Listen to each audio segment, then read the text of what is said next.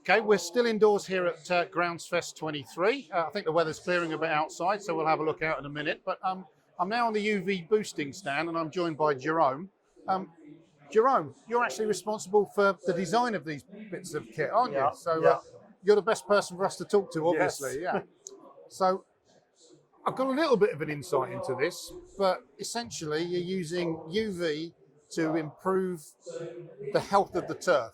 Yeah, exactly. So the principle of the technology is to stimulate plants' natural defense thanks to UVC light flashes.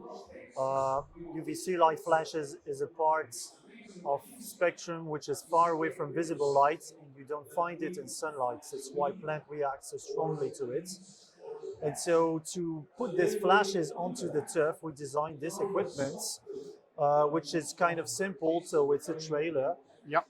On which you have the power coming from a generator, very standard one, then supplying the UV panel, which you see here.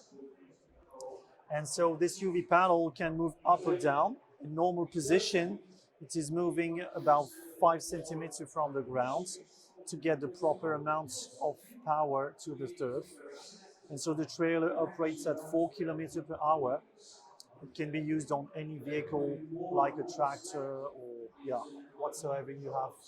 So you can use this across flat pitches. Can you use it on golf courses as well? Yeah, so if you want to use it on golf courses, either it's kind of flat also, and so you have 5 centimeters.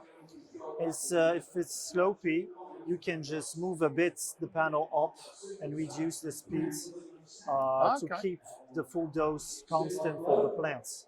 It's very important to respect what we tell in terms of speed and height, because otherwise the turf stimulation will not be optimum.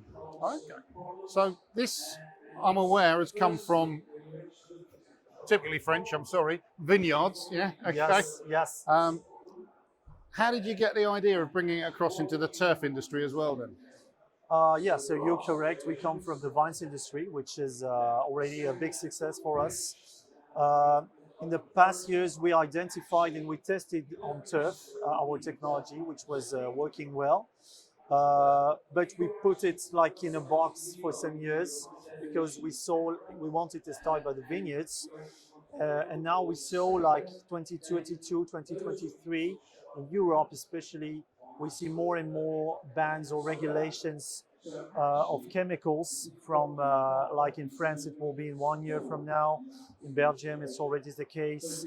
There are also some European, probably, regulations that should come up in a few years. So we think it's the time for us to put the product on the market, and it will be widely adopted because of this. Also, sustainability is a general trend. Our product helps to be sustainable, but yeah, for especially for the regulation parts, we think it will help our product to be on the spotlight and part of the solution for ground spinning greenkeepers. It's not curing any diseases or issues, is it? I mean, collaterally it is, but the main effect is related to plant stimulation. Of course, we are using UVC lights, and UVC light is mostly known for disinfection properties. Okay. So there will be some disinfection, but the effect of disinfection in agriculture is limited. And if our equipment works well, it is because of plant stimulation. It's the main mode of action. So UVC light is different to most other UV lights that we'll see out in the market. Is that correct? Yes. So UV light is traditionally divided in three parts. You have UVA, UVB, and UVC. UVA is closest to visible spectrum. It is widely used in horticulture, especially for growing.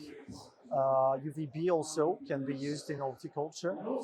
UVC is not used normally in agriculture, except in wastewater because of its disinfection properties. Right, okay. You can recycle the water by killing the viruses and bacteria. So you're the designer for this then, okay? Yeah. So did you design the one for the vines industry as well? No, it was done by some So colleagues. the turf one is your baby. Yeah, is it? yeah. So what was your biggest challenge when it came to getting this to work for turf as opposed to in vineyards? Because first off, you're going that way in vineyards, and now you're going that way. Well, at first, I would say turf is a much more friendly environment than vineyards. Right, okay. Because you have much less vibrations, shocks. It's mostly smooth and straight. Yeah. So much easier for us to design. Still, the challenges we faced is what is the size of the equipment we must do. Like we want to do something that will take not so much time for the greenkeepers because we know like labor costs and labor time is a huge challenge in industry. Less and less people to do the same job, same amount of jobs. So if we design an equipment that requires 8 hours to do only one golf course, then we know it won't be used. On the other hand, the bigger the equipment, the more powerful it needs to be. Yeah. So to figure out the trade-off was kind of complex. And this is the first version of the equipment. In the future, we might extend the range to larger or smaller products. Okay. So you're going to be a range for different applications. Depending on the market's expectations. Okay. But we think this is like in the middle, one size fits all. Yeah. And it can be already widely adopted by most of pitchers and golf courses. So you've got a generator. Yeah. Did you consider battery power? Yeah, this is one topic we are studying. At the moment, we think it's not the right solution because it would add even more weight to the product, which is a hot challenge for turf.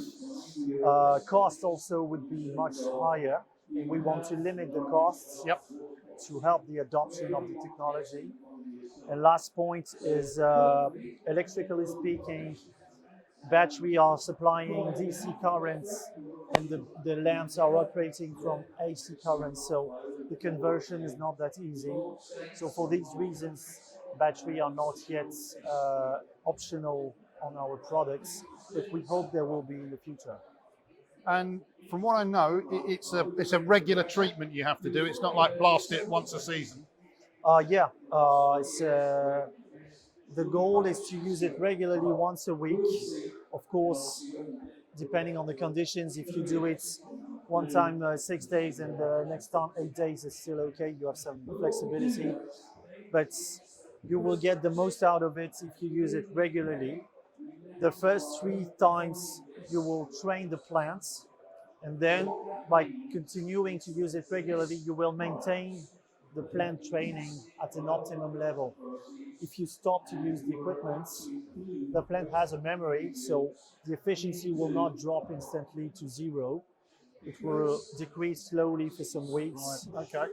So that's why you want to keep using it regularly. Okay, well, it's been great to actually see it live now. We look forward to seeing it out in the field somewhere soon, hopefully, in the UK, and we'll come along and have a look at it there. And Jerome, have a great rest of the show and see you soon. Thanks, Martin. Thanks for the chat.